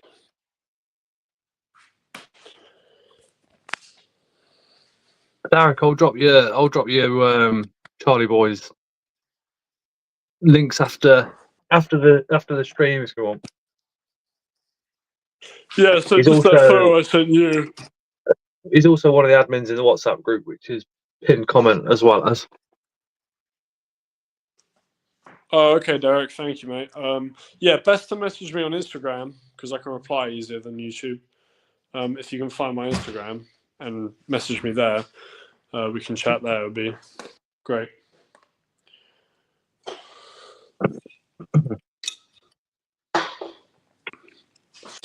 Yeah, I can see my video is not the best quality down here. I'm going to have to work on getting my Wi-Fi extended. Turn your phone sideways. Oh, yeah. And that. There he is. The picture quality has suddenly gone through the roof. It's awesome, no? Oh, really? Okay. Yeah, it looks really good, my end. My Wi-Fi. No. I tell you what I can do, though, Scott, as we're just sort of talking now. Wait, what time were you stopping? Probably in soon, no? About 10 out of 10. Okay, all right. Well, I'll tell you what I can do then. I'm going to go and jump on my computer because that way I can have slightly better video and stuff and I can chat for longer. Okay. Alrighty, I'll be back in a minute. All right, no worries. You got the link on your computer for you to... Yeah, I'll just type it in, no problem. Okay. Oh, yeah. That's very weird. I just got a text saying my quality's good now, but I don't know what Yeah, I it did. looks wicked now. Hmm. Have you come off the Wi-Fi and using phone internet? Or... I've been using my phone the whole time, so I don't know what to say, but anyway, no worries. Right, I'll be back in a minute. I don't know, it looks pretty awesome now. All right, I'll be back soon. All right, no worries. There you go. Charlie will be back in a moment. again, if I could all just point you in the direction of Charlie's channel to go and hit him up with a subscription, that would be absolutely fantastic. In fact, I'm going to drop it back into the comments. It's actually a link to his latest video is what I've just put in there. But it gets you to the channel as well. Any of you guys going to Taunton this weekend on Sunday? The first, I know it's the second show of the year, but it's the first Invert Shows UK show of the year. We're going. The wife, the enemy, she's going to be coming along. So she'll probably be working on the door. I'll just be doing videos for us and for the Invert Shows again. So if any of you guys that are either sellers or you're coming along to the show and you want to get on that, just come and grab me and we can have a little chat. But yeah, fingers crossed a lot of you are going to be coming over and coming to that show. Chris is going to be coming.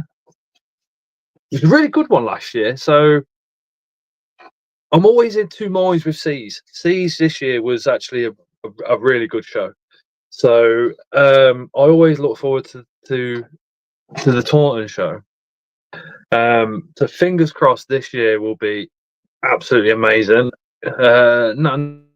Dave's not going. Phil is currently packing inverts for Taunton. So Phil's got a table there under the name of Incredible Inverts and Other Animals. So please pop over, go say hello. Wealth mountain of information that man is. Chris Ailhart and Alice, their first show trading, which is pretty exciting news. It's really good as well to see a lot of the smaller, well, new startups, if you like, managing to get tables at shows now as well. Alice is slowly getting stuff organised for Taunton. I don't know how you all do it. I mean, as a lot of you guys know, I'm like literally ADHD out of my box. I would not be able to sort out so much stuff, and it would all be left to the last minute. I'd be getting up at 4 a.m. and going, right, what do I need to pack? At that point, it certainly wouldn't happen the day before. That's normally me for the invert shows as well. I always kind of go, right, I need to get this t-shirt out, these jeans, this, that, you know, need to get my batteries charged, blah, blah, blah, blah. And I normally find myself doing that an hour before we're leaving. In fact, before now, my invert shows t-shirt, I'm ironing it like half an hour before we have to disappear to the show. It's mental. So how you guys actually manage to think, right, I need to take this, need to take that, I need to sort this, and have the time to do it all, it just blows my mind. Charlotte is currently housing isopods.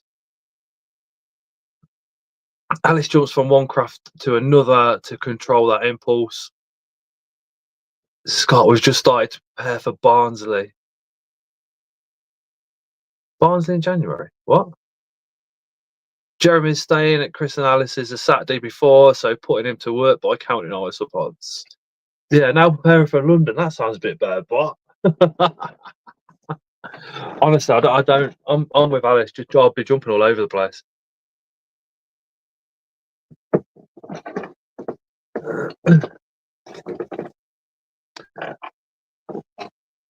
I would literally be. I would end up taking stock and then extra stuff that I thought would sell at an invert show and has nothing to do with inverts. I'd be going mad. I'd be like, oh yeah, I've got that t-shirt. I'll put that out. It'd be crazy. It'd be absolutely crazy. But as a lot of you know, this year for me is going to be a very interesting one, because when we had that wipeout of literally half the collection at a friend's house, what that's got me my mind thinking, because I've got room in here ready for when that lot had got a bit bigger. So this year, I think what I'm going to try and do, instead of getting the smaller stuff, is get the bigger stuff and just get it in here and go from there.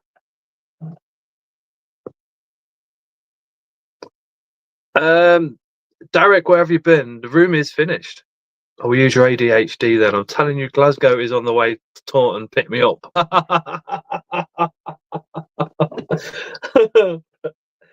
But yeah, why don't you just fly down, or steal the bus from work, and then just tootle yourself down to Taunton, and then go back up, drop it off, and it's be like you haven't even robbed it. Job done.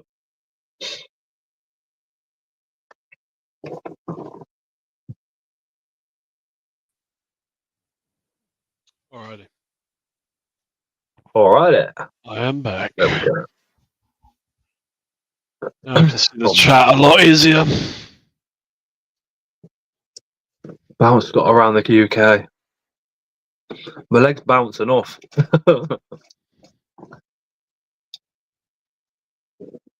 You could be one of those mega buses, Bart, where they go all around the country. Going like here, there, and everywhere. Charlie boy. Yo. Now we can have a little chat about Thailand. How many times have you been to Thailand? I don't know. A lot. Maybe 14 times, maybe. Wow. Yeah. And how long was it last? Was it 4 weeks or 5 weeks? 5 weeks, the last trip. 5 weeks. Jeez. Did you see much of the wildlife? Yeah, I saw quite a bit. I actually found a wild tarantula. But I don't know what it was. I assume it was probably Cirripagopus of some kind, because it was buried deep down. But yeah. Oh, that could By have the been a way, new species, Charlie. it could well have been, because it was in an area that was pretty undersurveyed, I think, and it was in a northeastern national park that I don't know any spiders coming out of. But I did say to my girlfriend before we went there. I said it is possible, because of the elevation we could find tarantulas there. Found a lot of huntsmen.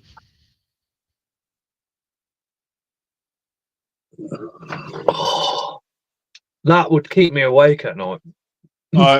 It kept me awake that night. I was going to try and go back and find it, but I fell asleep. I just about saw it. I can send you the pictures. I could just about see the backs of its legs down the hole. It was a big hole, and I tried to tease it out. I tried everything. I waited, but nada. No But chance. yeah, I found some nice snakes while I was there. Saw some friends that keep a lot of snakes, so I saw lots of snakes that were captive. But yeah, it's good. Anything? Any venomous snakes in the wild? Yeah. Derek. I found. Night, Derek. Yeah, good to meet you. Be in touch soon. Yeah, I found. The idea for me to see a venomous snake that could have the potential, medically significant venom in the wild, seeing how fast they are, is it as scary as you imagine it to be the first time you see one in the wild? Is it like, oh my god, there's an Alsatian out, it's barking at me, there's only me? Do you know what I mean? Is it that type of a fear, or is it just, oh yeah, it's a snake? I don't know. I've been around quite a lot of venomous snakes in the wild, so I don't know. I don't remember how I felt the first time I found one. This was. I don't know if we're going to be able to see this on the stream. This is the most venomous snake in Thailand. Hold on one second. One of the top ones in Asia. This is a banded. I don't know if we're going to be able to. That's a banded crate. Was this from the recent trip, or? Yeah, this is from recent trip. Oh wow. Yeah. So that was a nice one. Yeah,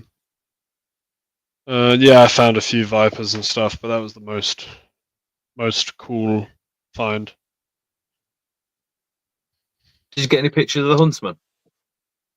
Yeah, I sent lots to Jeremy. I bet he was just going. He must have been going out of his mind. Yeah, he enjoyed it. I think I couldn't ID them, so I just sent them to him. He's not in tonight, but I do think the next time you go to Thailand, we need to set up a GoFundMe so you can tag along. Well, I think he's trying to plan a trip fairly soon. Is he? So yeah, I think so. I think you Maybe we'll two do out in the it. wild with a camera would be an absolute awesome watch. Huh. Yeah, that'd be good fun. I think that'd be absolutely awesome. Definitely, definitely possible on the cards. I did see the pictures of the bike. That was. Yeah, the Did you rent motorbike that one riding or? was real good. No, they were mine or my family's. Well, you got a bike over there. Yeah, we got two. Well, we got two big bikes, but we got 5 bikes total, I think. So Bloody we're hell. fortunate to not have to rent a bike. It's it was actually my dad's fault the bike I have now basically because he has the same one in Thailand. So it's the reason I got it here. Oh, Yeah, so he had it first, and then I decided to get it. was your dad just live over there full time? Yeah, yeah, he hasn't been back in a little while now. Oh my god. Yeah, What attracted your dad unfortunately. over? Just the country, the people. Yeah, yeah, I think everything really. He loved Thai food. He loves warm weather. He liked the people. He'd been going there for a little bit, so he had friends and family out there as well. No, Brad. Hi, Brad. I keep, yeah, I've mentioned to the wife about moving abroad a few times, and she just says no, literally no, but in if ands and buts, just a straight out no. Because I mean, Mm. I'd, I'd really like to go to America, and she's like, no. Thailand's definitely not somewhere you want to move to because working there is very difficult at the moment. Finding jobs. If you retired there, not bad, um, but yeah, in terms of moving there, it's not easy. Just Visas no as well jobs at can be all. Or tricky. There is jobs, but there's a certain list of jobs which that are prohibited for foreigners, which is most jobs. really, Basically, if a Thai person can do the job, they keep it reserved for Thai people. So, like, you can't work behind a bar for the most part, legally anyway. Um, yeah, like standard jobs that you can think of: accountant. plumbing, electrician, accountant. Yeah, if a Thai person can do it, then normally it's reserved for Thai people, which is good in a way. No, that's Um, fair enough. Yeah, yeah, I but if understand the it was reason. something like you were doing English food and you were a chef, then you might be able to get away with that. That's a bit different. So it's specialized stuff like teaching English, for example. You can teach English. Um, but yeah, Is there much call for English food in Thailand?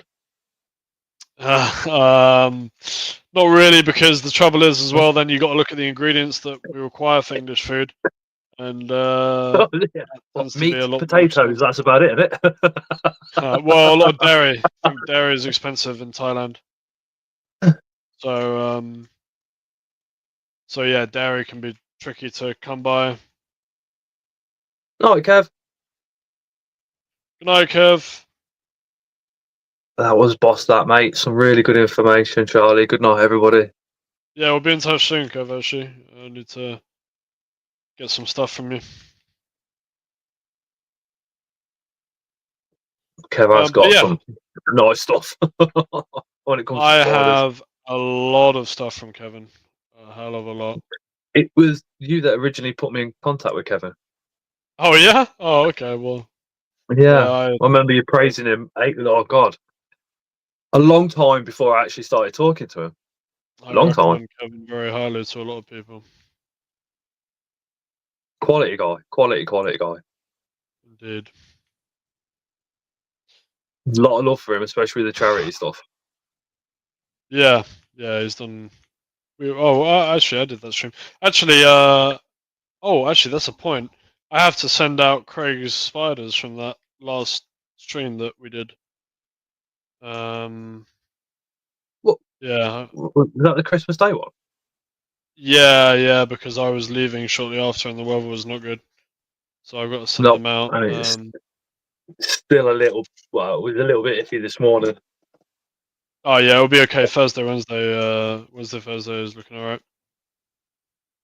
So I'm gonna get him out for him. So then I won't wait for months. Tara's kind of, he's almost turned into like a hermit-ish at the moment. It's like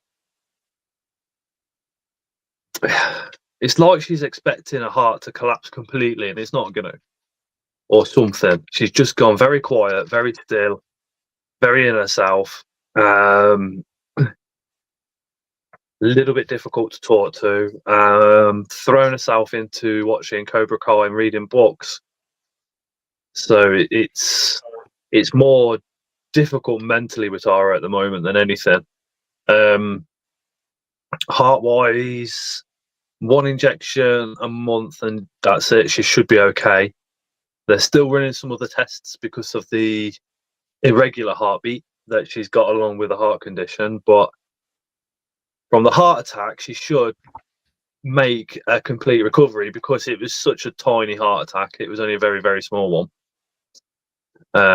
But yeah, she's coming on Sunday. I hope. I really hope we don't get Sunday morning and she cancels. But if she does, she does. I'm not going to argue with her. I'm certainly not going to push her. But it's just very difficult for me at the moment, like how I can support her or what I can do. So I've just carried on being me. Just started acting a twat and still messing around and all the rest of it, trying to put a smile on her face. But to be in a position where you've had a small heart attack, it's and you've got the possibilities of having the same heart condition that your dad had. Her dad passed away at 33 and she's 34, or it was 34 and she's 35. I can't remember. It's I think she's just literally rabbit in the headlights, scared out of a trolley. But we shall see. But I'm hoping she comes along Sunday.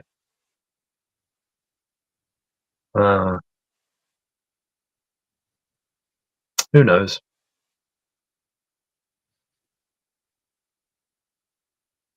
It's for Tara. I think she's got to the point where it's like, I mean, she's very open about her life story, and she kind of encourages me to talk about it. So if there's any other women that's going through it or been through it, people know they're not on their own and that you can reach out and talk and stuff.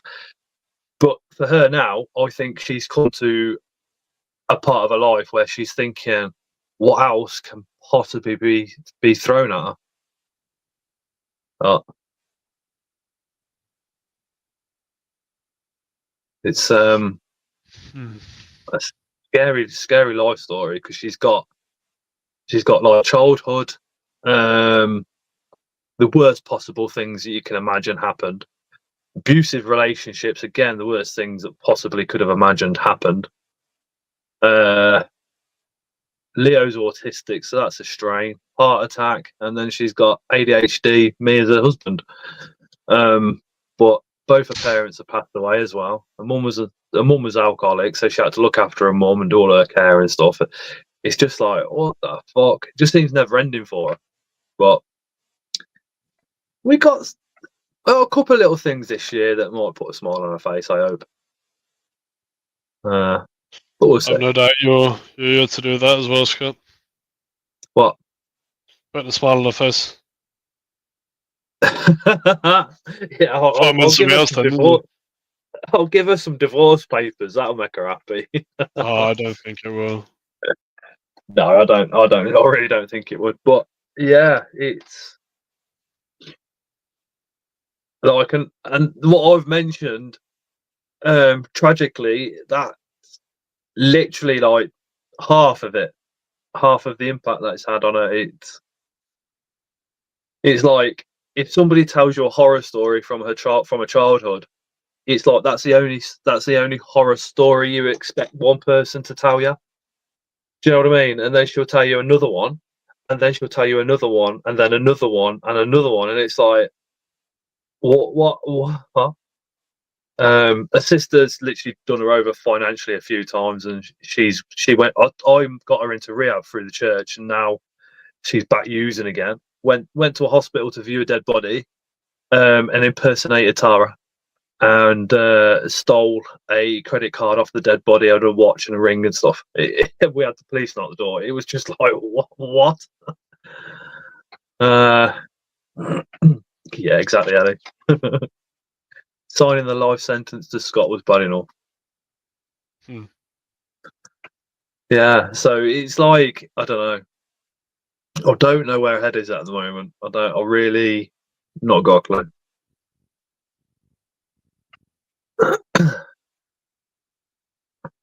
I mean, in the past, like come weekend, not every weekend, like once a month or something, she always says, "Oh, is it all right if I go out?" And I'm like, "What are you asking me for?" Because that's what she's used to. And I've always gone, "Don't ask me. Just let me know when I'm looking after the kids. Not a problem." So she went out last weekend, which is the first time for a long while, and she literally the money that she went with, she come back with because she didn't drink anything, which I was a bit like, what? I hope so, Ellie. Just yeah. I think I think in the summertime, I think I'm going to miss one of the shows just purely to have that money to do something with her with. Do you know what I mean? I think some things are a little bit more important sometimes. Yeah, you never spend no money at the shows. I spent too much money at the shows, and then that knackers you up for the rest of the month. But yeah, it is what it is. I suppose. But yeah. That's the thing. I mean, not everybody, a couple of people have said I've messaged her and she's not replied, and she hasn't. And then when she goes to reply, she ends up reading a book on her phone, and then she's stuck on that then for hours. Or Leo's got her phone, or I don't know. Like I said, she's turned inward quite a lot. So we'll see. We'll see.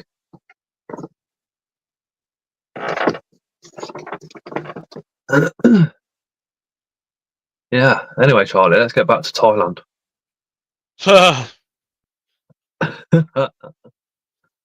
Yeah, I mean, it was filled with. Well, I travelled with my lovely girlfriend around Thailand for the first half, basically, and then for the second half, really, I was just sort of relaxing with my family. Didn't do anything too crazy. Saw some snakes with a good friend of mine in Bangkok, and mostly like his captive ones. He's got a big collection. And yeah, and then also did the motorbike trip with my dad. So Did she only stay like half the period then? she stayed for 3 weeks, and in 2023 or four, I was meant to go on a motorbike trip to Thailand with my dad, but then obviously I met my girlfriend, and I didn't. Well, part of the reason why, but and I didn't end up going. Also due to changing jobs as well. That's more the reason. Um, and so yeah, I said to her, can I have 2 weeks extra just to spend time with my dad and do this motorbike trip? So, and She just literally went, she "Yep." obliged. Yep.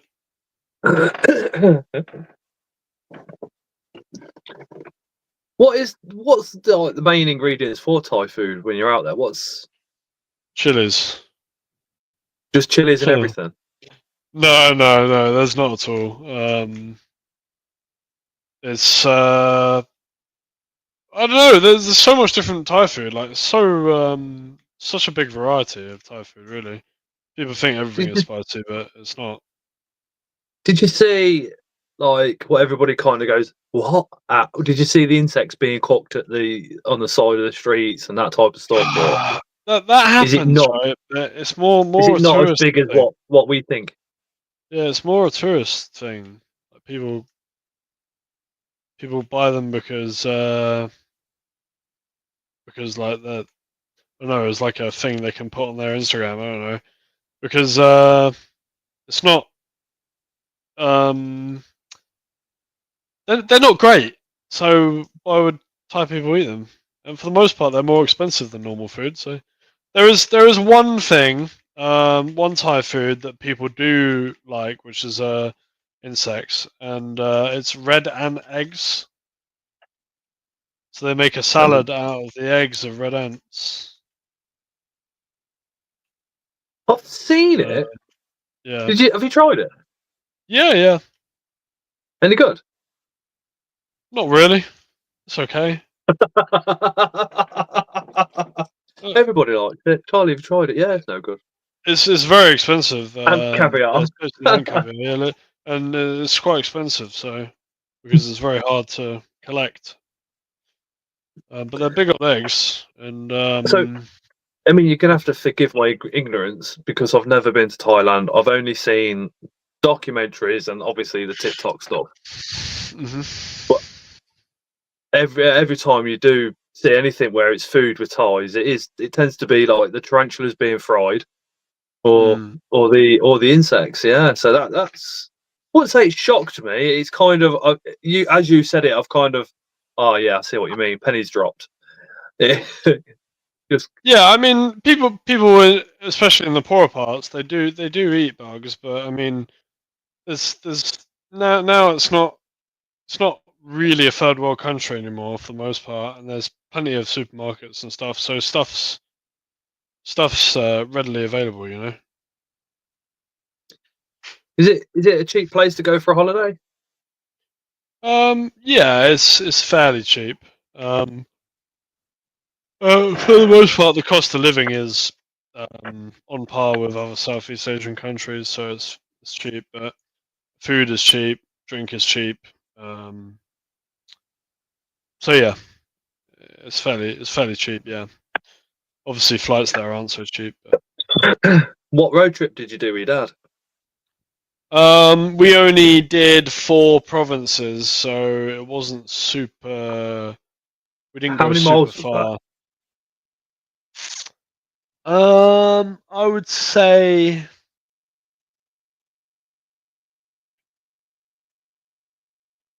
not more than not more than 400 or 500, I would say. So not super far. Still a good old trek though. Yeah. Again, the roads don't look the best. But I Oh, take it that that's just they are I okay. take it Yeah, they are I take okay. it that's just in the villages where it looks like it's a mud track, and then out in Yeah. the city Yeah. it's all Exactly. fine Yeah. again. Um.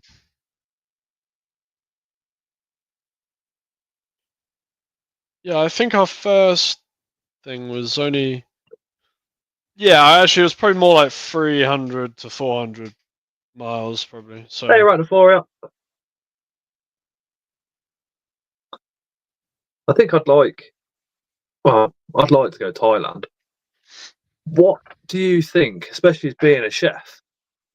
Is there much difference between the food in Thailand to what's called Thai food in the UK? night and day. Yeah, Really? night and day. Yeah, definitely. There has been very few Thai restaurants in this country that I've gone to that have tasted really like the food that you have in Thailand. There's one restaurant in London that I know of that has very authentic Thai food, but it's 4 times the price, obviously, than in Thailand. Yeah. But well, it's in London for a start. That's the problem. Yeah, yeah. Even for London, it's actually very reasonable, but yeah.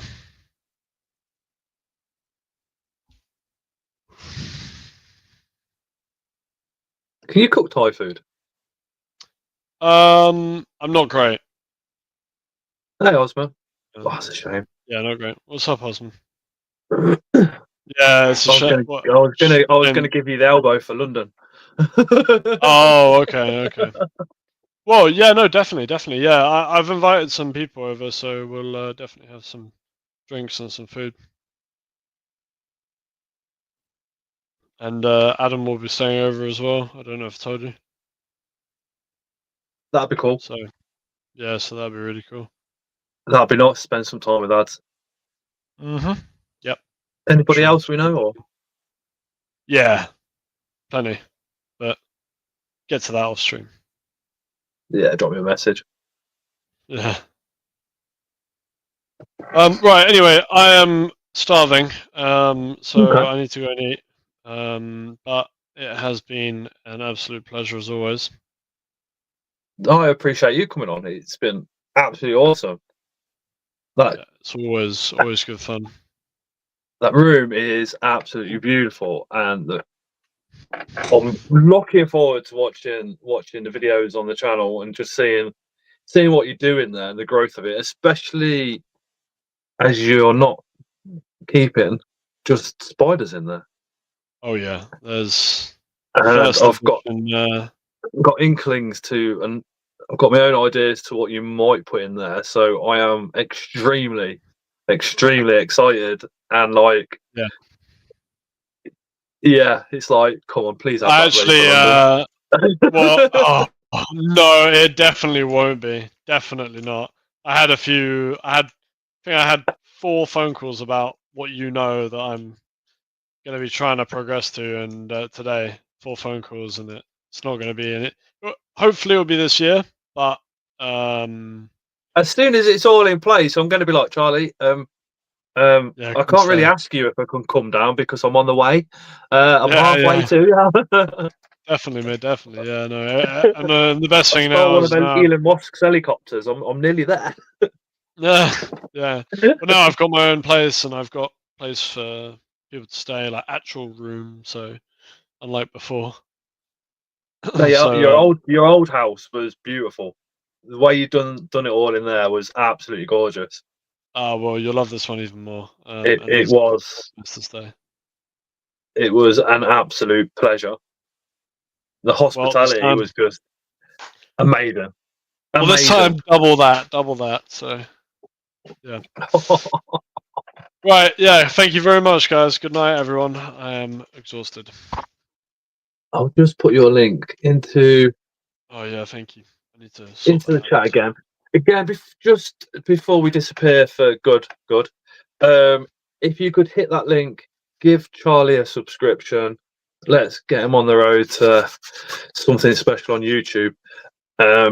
His collection is absolutely amazing. Tonight you only saw little bits because of how terrible the internet was. So that's partly Charlie's fault, partly my fault because my internet connection is not great here either. So if you want to see it all up close and personal and see the progression of that room, hit him up with a subscription. Follow him on Instagram, which is _legged emporium. His Instagram is one of those where if you're flicking through Instagram and you're going through all these pictures, you'll come across one of Charlie's and you will stop and you'll go, oh, hello. Because his photography is on point. And then you'll also hopefully get to hear more stories about Thailand.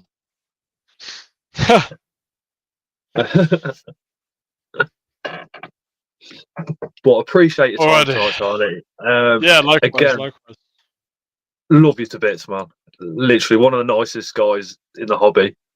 I think when I can't remember who said mean, but I think the mean part is if you know Charlie, and if you're like myself, if you put something in a chat which might not be the right information, Charlie's one of these people that will privately inbox you and go, "Hey mate, this is this," and he corrects you, and you need people like that around you, don't you? I try and do it well. And I'm very thankful for it anyway. So good. Well, that's all that matters. Alrighty, catch you later, everyone. Night, everybody. Take care. Much love.